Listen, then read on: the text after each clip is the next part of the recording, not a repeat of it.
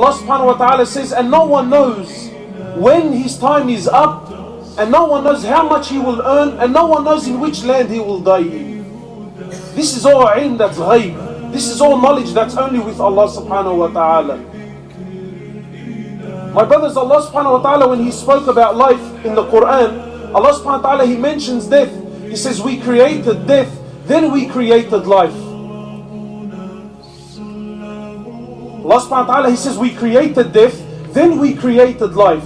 It's a ajib, an amazing thing. Surely you would think, anyone would logically think, that if I'm going to speak about creation, surely one would mention life, then you speak about death. Yes or no? And what's the point in saying I created death, then life came in after that? But Allah subhanahu wa ta'ala is highlighting that your asl, that your origin is death. This world is not for you and I, my brothers. This world is temporary. Don't forget that statement. The Prophet of Allah, he says, sallallahu alayhi wasallam, he says, remember death. Remember the destroyer of pleasures.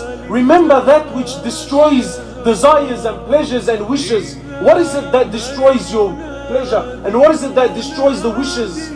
It's the remembrance of death. To remember the fact, wallahi, your worries and your problems, your issues become dwarfed when you remember death. Because you come to know, you come to realize that, hey, no matter what I'm going through, it's temporary, it's for a short time.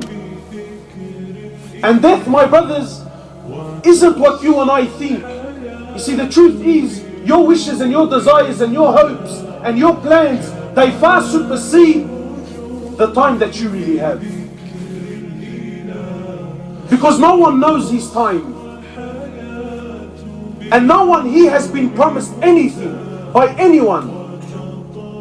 We've been fooled to believe that I'm going to live to see an old age.